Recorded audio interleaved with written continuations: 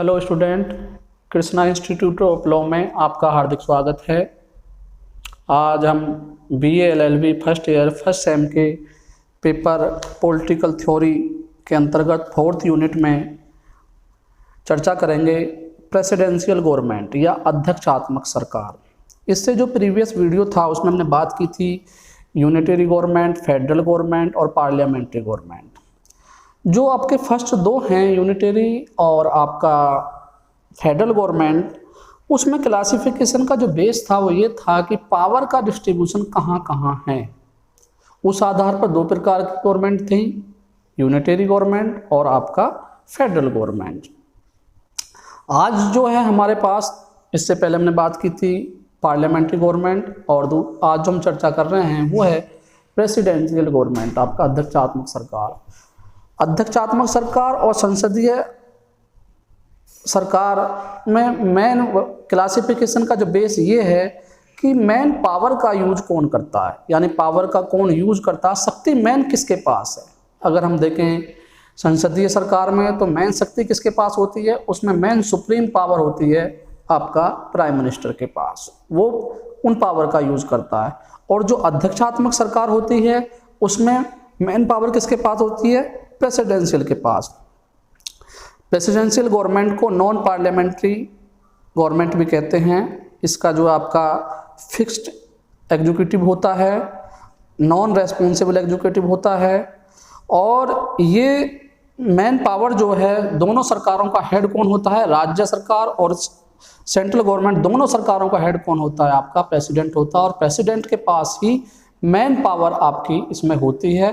वहाँ प्रधानमंत्री के पास मेन पावर होती है, यहाँ राष्ट्रपति के पास मेन पावर होती है। संसदीय सरकार में जो कार्यपालिका है वो विधायिका के प्रति रेस्पॉन्सिबल होती है, संसद के प्रति रेस्पॉन्सिबल होती है। यहाँ पे कार्यपालिका विधायिका के प्रति रेस्पॉन्सिबल नहीं होती। इस प्रकार की गवर्नमेंट को कहते हैं प्रेसिडेंशियल गवर्नमेंट। नेक्स्ट है इसमें आपका करेक्टरिस्टिक्स ऑफ प्रेसिडेंशियल गवर्नमेंट, अध्यक्षात्मक सरकार की विशेषताएं, कि जो अध्यक्षात्मक सरकार होती है उसमें क्या क्या विशेषताएं हैं उनकी हम चर्चा करेंगे। फर्स्ट पॉइंट है हमारा रियल ऑथोरिटी ऑफ गवर्नमेंट, सरकार का वास्तविक अधिकार। अध्यक्षात्मक सरकार में सरकार का वास्तविक अधिकार किसके पास होता है, प्रेसिडेंट के पास। राष्ट्रपति जो है पूरी सुप्रीम पावर का यूज करता है। Next, separation of powers of organs of government, सरकार के अंगों की शक्तियों का पृथक्करण। जैसे हम बात कर रहे थे पार्लियामेंट गवर्नमेंट में क्या था, कार्यपालिका, विधायपालिका और न्यायपालिका एक दूसरे से इंटर रिलेटेड होते हैं, एक दूसरे से संबंधित होते हैं। जबकि अध्यक्षात्मक सरकार में सरकार के जो ये अंग हैं वो उनमें शक्तियों का पृथक्करण होता है, उन्हें अलग अलग पावर्स डिस्ट्रीब्यूट की गई होती हैं। नेक्स्ट पॉइंट है elected for fixed tenure of office, कार्यकाल के निश्चित कार्यकाल के लिए निर्वाचन। जैसे हमने एक बात की थी पार्लियामेंट्री गवर्नमेंट में क्या फिक्स टर्म नहीं होता था आपका, उससे पहले भी सरकार में अगर बहुमत नहीं होता संसद में सरकार गिर जाती। जबकि प्रेसिडेंशियल गवर्नमेंट में क्या होता है, एक फिक्स कार्यकाल होता है और वो उतने समय तक आपका चलता है। ये एक विशेषता है प्रेसिडेंशियल गवर्नमेंट की कि इसमें फिक्स ड्यूरेशन होता है, और जो पार्लियामेंट्री गवर्नमेंट है उसमें फिक्स ड्यूरेशन नहीं होता। नेक्स्ट विशेषताओं में fourth point, not a member of legislature, विधायिका का सदस्य नहीं।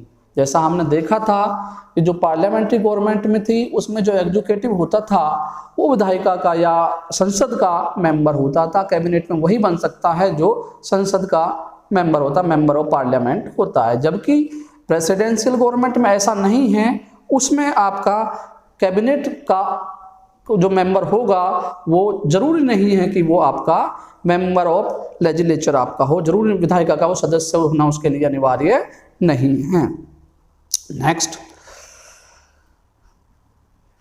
Next subordinate position of cabinet, cabinet की अधीनस्थ स्थिति।